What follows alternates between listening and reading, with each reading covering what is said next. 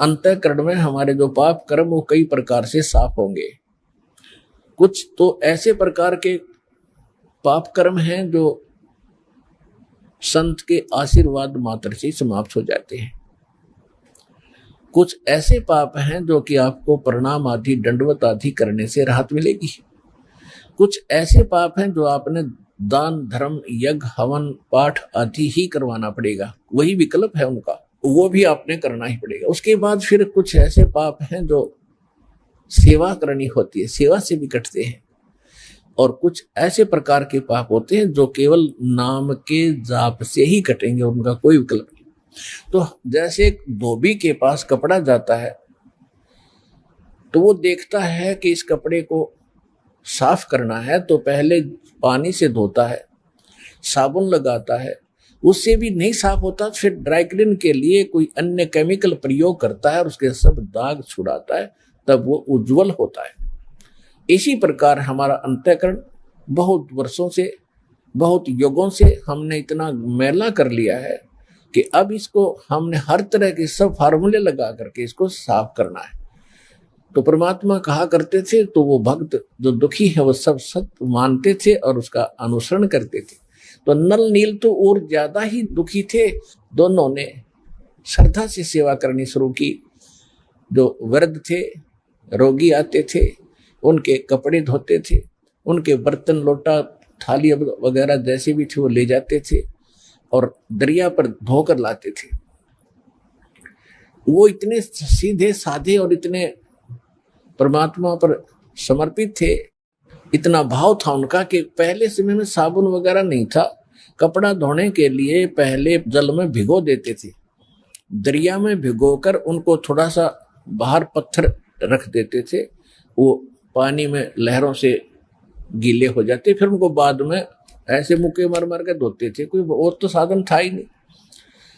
और बर्तनों को भी ऐसे पहले भिगोकर थोड़ी देर के बाद धोने के लिए किनारे रख देते थे और तब तक वो बैठ जाते थे वृक्ष के नीचे और चर्चा करते थे सत्संग में सुनाई कथाओं का, और फिर अपने दुखों के बारे में कहते थे, ओहो हमें तो भगवान मिल गए और सच्चा ज्ञान मिल गया और सही मंत्र मिल गए, ओहो बड़ा कल्याण हुआ, बड़ी दया करी परमात्मा ने, देखो आज सत्संग में ऐसे सुना रहे थे परमात्मा, सारी सत्य है।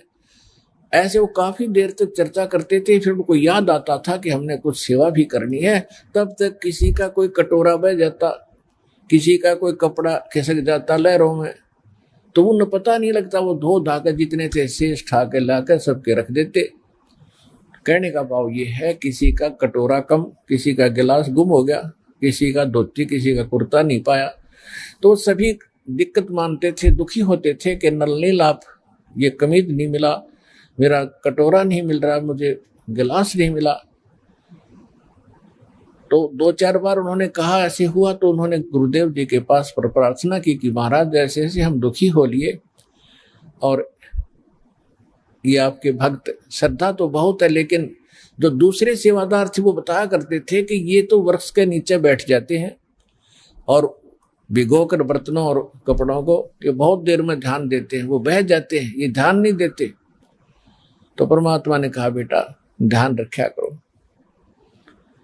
तो अच्छा जी ध्यान रखेंगे। फिर वैसे ही हो जाती है कि कुछ दुखों का दुखी किया हुआ प्राणी जो होता है उसका कुछ ऐसा वो स्वभाव सा बना हुआ था, भोले भाला, उनका दिमाग कंडम सा हो गया था, उस समय भी वो ज्यादा ही भोले टाइप के ही थे। तो फिर ऐसे ही हो गया, तो फिर शिकायत हुई। तो परमात्मा ने कहा बेटा इनकी आत्मा दुख पाती है, सेवा भी करते हो फिर उतना दुखी कर रहे हो, तो आप ये सेवा ना करो, क्योंकि आपका स्वभाव में ऐसा हो गया है। तो वो रोने लग जाते, उनको डर लगता कहीं फिर वो दुख ना आ जाए हमारे ऊपर जिस परमात्मा ने आज्ञा दे रखी है। और आज तो ये शायद गुस्से में कह रहे होंगे, फिर रोने लग गए, परमात्मा हमसे सेवा ना छीनो, दाता हमसे सेवा ना छीनो। उनको डर ये था कि कहीं फिर से ना वो कैर टूट जाए जो पहले हम दुख पा रहे थे, बुरी तरह रोने लगे। तो परमात्मा ने सोचा भी इनकी श्रद्धा भी बनी रहनी चाहिए, तो परमात्मा ने आशीर्वाद दे दिया कि बेटा जो करो सेवा, आज से तुम्हें आशीर्वाद दे दिया है कि तुम्हारे हाथ से चाहे तुम लोहा भी रख देना, और तो छोड़ो पत्थर, ये तो कुछ हो, चाहे पत्थर भी रख देना बेटा, जल में नहीं डूबेगा। तो वो दोनों जाकर फिर देखने लगे। उन्होंने पत्थर उठा कर रखा सबसे पहले, वन्यों का पत्थर खड़ा रहा, जहां रखा था वहीं टच से मस नहीं हुआ। उन्होंने उठा तो हटा, तो वो देखने लगे भगत, एक बार फिर रखिए वही नल नील। उन दोनों ने फिर रखा, उसके ऊपर खड़े हो गए पानी में, और तब भी नहीं नीचे को गया। तो सब जगह होने लगी वे नल नील में, तक बहुत भगवान ने शक्ति दे दी। तो इस प्रकार फिर वो क्या करते थे, जो भी कपड़ा जहां रख दिया पानी में, जिस सतर में डबो कर रख दिया तो वही रहा वो। चाहे उसमें कांसी के थाली बेले होते थे, कांसी धातु के, और कांसी तो अमूमन डूबती है पानी में, तो वो भी रख दिया तो वो भी नहीं डूबा। तो इस प्रकार ये जो उनको शक्ति प्राप्त हुई थी, कबीर परमेश्वर उर्फ मुनिंद्र जी की रजा से वो शक्ति, वो सिद्धि प्राप्त थी, जिस कारण से समुद्र पर वो पत्थर नहीं डूबते थे। अब प्रश्न दूसरा उनका ये था कि श्रीलंका में जहां राक्षसों का पूरा ग्रुप था, और मंदोदरी और विभीषण, इनके पास ऐसा ज्ञान कहां से आ गया? वो इतना समझा रही अपने पति को कि ऐसा ना करो, ऐसा हो जाएगा, ये ऐसी है, ये आम वर्ष औरत नहीं है, ये भगवान की पत्नी है, और रावण मान नहीं रहा। तो इसका उत्तर अब आपको देते हैं। परमेश्वर जब कबीर जी मुनिंदर नाम से त्रेता में आए हुए थे, इनका अपना विधान है, गोता मारू स्वर्ग में और जा बैठूं पाताले, गरीबदास ढूंढता फिरूं अपने हीरे मोती लाले। अब 100 साल छिदर मैं करूं अपने जन के काज, अरणक से पूजो मार दूं मैं नरसिंह धर लूं साज। नदन के रूप बना लूं अपने बच्चे के लिए। तो परमात्मा एक साधु ऋषि रूप में थे ही, श्रीलंका में पहुंच गए, और वहां पर एक चंद्र विजय नाम का एक भाट था, भाट, और उसके परिवार में पुत्र पुत्री, पुत्र वधू, पत्नी, कुल मिलाकर 16 सदस्य थे। और जो चंद्र विजय भाट था वो रावण के पास जाता था। ये भाट लोग क्या करते थे कि अपनी रोजी रोटी के लिए राजाओं के पास जाते थे, राजा लोगों का वो मनोरंजन कराते थे, रिक्रिएशन कराते थे, ऐसे उनके गुण गाते थे, आप राजाधिराज हो, आपके राज में सब सुखी हैं, आपका बड़ा गुणगान हो रहा है, आप बड़े महापुरुष हो, और कुछ चुटकुले आदि सुनो कर उनको प्रसन्न रखते थे, गाने गुने गाते थे, गीत सुनाते थे, और राजा लोग उनको उसके प्रतिफल में कुछ इनाम देते थे। इसी प्रकार उसकी पत्नी का नाम था करमवती, और वो मंदोदरी रानी के पास जाती थी, रानी का मनोरंजन कराती थी, ऐसे बुढ़ी अच्छी कहानी कथा सुनाकर, अश्लील बातें सुनाकर रानी को खुश रखती थी। रानी उसको इनाम दे देती थी मंदोदरी। इस तरह उनका गुजारा निर्वाह चल रहा था। एक दिन परमात्मा उस चंद्र विजय भाट के घर से थोड़ी सी दूरी पर, पहले जंगल बहुत होते थे, यानी वन बहुत होते थे, और वनों में कहीं कहीं झोंपड़ी सी सबकी अलग अलग होती थी।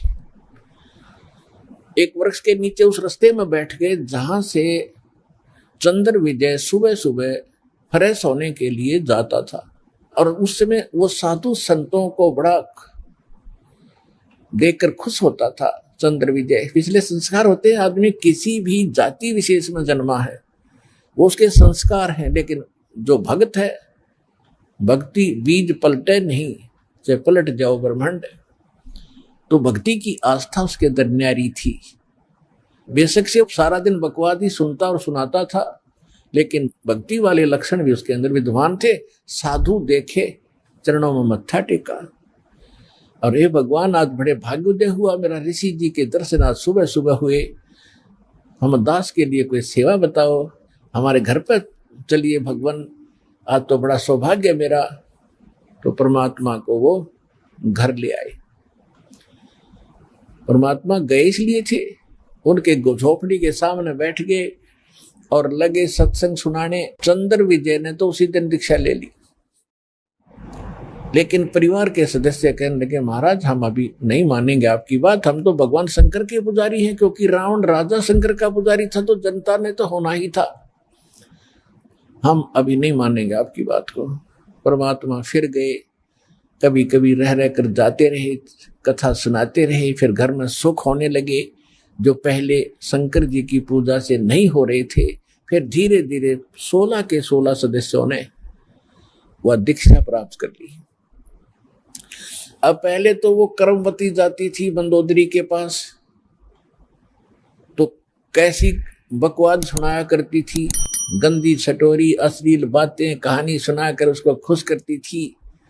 और फिर जब उसने ज्ञान सुना परम पिता परमात्मा से, तो फिर उसमें वह कैसेट, वो मेमोरी कार्ड दूसरा भर दिया भगवान ने। अब फिर वो लगी बोलने ये राम कथा अमर कथा, ये परमात्मा का ज्ञान सुनाने लगी। तो मंदोदरी भी भगवान की पिछले संस्कार तो थे ही इतने अच्छे, रानी जो बनी है को आम लड़की औरत नहीं होती, वह उसके पिछले पुण्य बहुत गजब के होते हैं, अच्छे होते हैं। लेकिन आगे वो पिछली बैटरी जो चार्ज है वो खराब कर रही होती है, जब तक आगे चार्जर शास्त्र अनुकूल साधना का नहीं लगता है, तो वो डिस्चार्ज एक दिन होनी है बैटरी तो जिस कारण से भी उसके अंदर तड़फ थी। तो मंदोदरी कहने लगी है कर्मवती, तेरे अंदर तक गोबर भरा था सारा, और तू तो सारी बकवाद सुनाया करती थी, और ये अच्छी बातें तेरे अंदर किसने फीड कर दी, मैंने उस आदमी का नाम बता, तेरे को तो सुधारना बड़ा मुश्किल था, और तू आज इतनी बढ़िया बात बता भगवान के सत्र की, मैंने ये बता किसने भरा तेरे अंदर ये अच्छा माल। तब उसने बताया कि हमारे घर एक ऋषि आते हैं, उनका नाम मुनिंद्र जी है, और बहुत अच्छी कथा सुनाते हैं, उनके मुख से सुन लेगी तो रानी आप तो गदगद हो जाओगी। तो मंदोदरी ने कहा कि अब के जब तेरे गुरुजी आवे तो मेरे पास बुला के लाना। परमात्मा ने जाना ही था, तो मंदोदरी की रानी थी, रानी को एक नौकरानी का आदेश था, तो उसने सबसे पहले यही प्रार्थना रखी कि प्रभु हमारी राजा की रानी बहुत अच्छी है, मंदोदरी नाम है, और वह कह रही थी कि आपके गुरुजी को यहां बुला के लाना, मैं विचार सुनूंगी उनके। परमेश्वर ने कहा बेटा देखो आप नौकरानी और वो रानी, और मैं वहां जाऊं, इसका पति जो रावण है वो महाभिमानी, और बेटी वहां जाने से मुझे कुछ वो कह देगा, मैं तो कुछ नहीं कहूंगा, लेकिन भगवान दुखी हो जाएगा। एक नियम है, परमात्मा कहते हैं अपना विधान स्वयं बताते हैं कि कबीर कहे अपने साधकों के मेरा संत ना दुखाइयो कोए, और संत दुखाए मैं दुखी, मेरा आपा भी दुख होए। और फिर दूसरी बात है कि साधु संतों को बुलाया नहीं करते, उसको बोल देना, साधु संतों के पास खुद आया करते। कर्मवती को इतना ज्ञान सुन रखा था कि साधु को बाई ऑर्डर बुलाने से अगर वो आ भी गया और आशीर्वाद नहीं देगा, लाभ नहीं देगा, तो फायदा क्या होगा। तो मंदोदरी को जाकर के कर्मवती ने कहा कि महारानी हमारे गुरुजी आए हुए हैं, लेकिन ऐसा है कि संत को बुलाना नहीं चाहिए, उनसे आशीर्वाद प्राप्त करने के लिए स्वयं जाना चाहिए, इससे ज्यादा लाभ होता। वो तो भगवान थी, कहने लगी ठीक है वाह कर्मवती मैं तेरे साथ चलूंगी। वो रानी स्वयं आई, मालिक के दर्शन किए, ओए होए कहते हैं साधु दर्शन राम का, और साहेब आवे याद, और लेखे में वाहे गड़ी, बाकी का समय बर्बाद। फिर कहते हैं साधु दर्शन राम का मुख पर बसे सुहाग, और दर्श उन्हीं को होते हैं जिनके पूर्ण भाग। मंदोदरी के पूर्ण भाग थे, भगवान मिले, परमात्मा का ज्ञान सुना, कुछ कर्मवती से सुन रखा था मंदोदरी ने, और फिर भगवान के मुख से सुना तो जल्दी असर हो गया। दीक्षा की प्रार्थना की, मालिक ने दीक्षा दे दी, शिक्षित हुई। उसके बाद उसने कथा सुनानी शुरू की अपने पति से। स्वाभाविक होता है अगर पति को ज्ञान होता है तो सबसे पहले वो चाहता है मेरी पत्नी माने, इसका भी कल्याण हो। दुर्भाग्य है वो ना मानती, उसके कर्म उसके साथ हैं। फिर सोचता है मेरे बच्चे भी इस मार्ग को ग्रहण करें। ठीक है, मंदोदरी ने इसी उद्देश्य से रावण से कहा कि जी ऐसे ऐसे एक बड़े महापुरुष आते हैं और भगवान शंकर से भी ऊपर बहुत बड़ी शक्ति बताते हैं। साधु संत झूठ नहीं बोलते होते। पहले ये विश्वास किया जाता था कि संत जो शब्द बोल रहे हैं वो सच्ची है। और इसी आधार से जब श्री कृष्ण जी और अर्जुन एक वेश बदलकर गए थे राजा मोरध्वज के घर पे, जिस दिन अपने पुत्र ताम्रध्वज को राज तिलक दे रहे थे मोरध्वज जी, और उसमें एक यज्ञ किया जाता था और यज्ञ में आने वाले साधु संतों की सभी मनोकामना पूर्ण करनी होती थी, तभी वो सफल मानी जाती थी। ये दोनों साधु संत रूप बना के और एक माया रूपी शेर बना के सिंह वो साथ ले गए। तो मोरध्वज और ताम्रध्वज और उसकी पत्नी थी वह मोरध्वज की, ताम्रध्वज की माँ, उन तीनों को पता चला तो नौकरों से कहा कि बुला के लाओ साधु संतों को, भोजन कर लेंगे। तो उन्होंने कहा कि नहीं, वो रानी और राजा स्वयं आए हमें यहाँ लिवाने के लिए, तब हम उसके घर पे कदम रखे। तो तीनों जने, पुत्र भी, रानी भी और राजा भी, उन साधु रूप में विराजमान श्री कृष्ण और अर्जुन और साथ में उनका शेर खड़ा, उनको लिवाने के लिए मोतियों के थाली भरकर लेकर गए। और तब वो वहां आए तो मोरध्वज ने कहा महाराज भोजन प्रसाद पाओ। श्री कृष्ण रूप में, साधु रूप में श्री कृष्ण जी ने कहा कि पहले हमारे शेर को आहार कराओ, फिर हम बाद में आहार करेंगे। और ये मांस खाएगा लेकिन मनुष्य का खाता है, और मनुष्य के विषय में समझ लो कोई पल्लेदार पकड़ के मत ले आना, ये तुम्हारे घर के सदस्य का मांस खाएगा। और सुन लो कि जो आज इस शेर सिंह का जो आहार बनेगा और उसकी मृत्यु होगी वो सीधा स्वर्ग जाएगा। अब उस समय इतना विश्वास किया जाता था कि संत जो कह रहा सत्य है, और इस सत्य को मानकर मोरध्वज चाहता है कि आज मेरा दाव लगे। तो कहता है महाराज मेरा नंबर लगा दो, मेरा मांस शेर के लिए काट दो, और आरे से काटना था कि मुझे काट दो, और देखो बच्चा जवान हो गया, इसको राज तिलक कर देता हूं, फिर मैं फ्री हूं और ये माँ बेटा दोनों अपना राज करेंगे। अब रानी ने सोचा कि राजा ला गया दाव, आज कहते संत कह रहे हैं कि आज जो मर गया स्वर्ग में, ये तो मरना कल भी है, परसों भी है, ये तो जाना ही है, इससे बढ़िया मौत कब होगी। तो अब उन्होंने आपस में एक ये कहते हैं लालच करे तो ऐसा करे। रानी ने कहा देखो जी व्यवहार की बात है, मैं पति भरता पत्नी हूं और मेरे से पहले मेरा पति की मृत्यु होगी तो मेरा कोई जीवन नहीं है, मेरा काम पूरा हुआ, इनको संतान की आवश्यकता थी, संतान इनको दे दी, ये बच्चा जवान हो गया, इसका विवाह करो, खाना बनाने वाले इनके पास नौकर हैं और लड़का अभी बालक है, आपकी गाइडेंस की इसको जरूरत है राजकाज में, और मेरा काम पूरा हुआ, मेरा नंबर लाओ जी। अब उनको पक्का पता था कि जो साधु कह रहे सच्ची है, तो उस समय इतना विश्वास था। फिर ताम्रध्वज ने खुद कहा कि नहीं जी मैंने आपकी सेवा क्या की आज तक, तो आपने पाला ही पोसा हूं, मेरे ऊपर आपका भार बना हुआ, आपके स्थान पर मैं अपना मांस दूंगा, शेर को अपनी जान दूंगा। तो कहने का भाव ये है कि पुण्यात्माओं साधु संतों के वचनों पर विश्वास किया जाता था।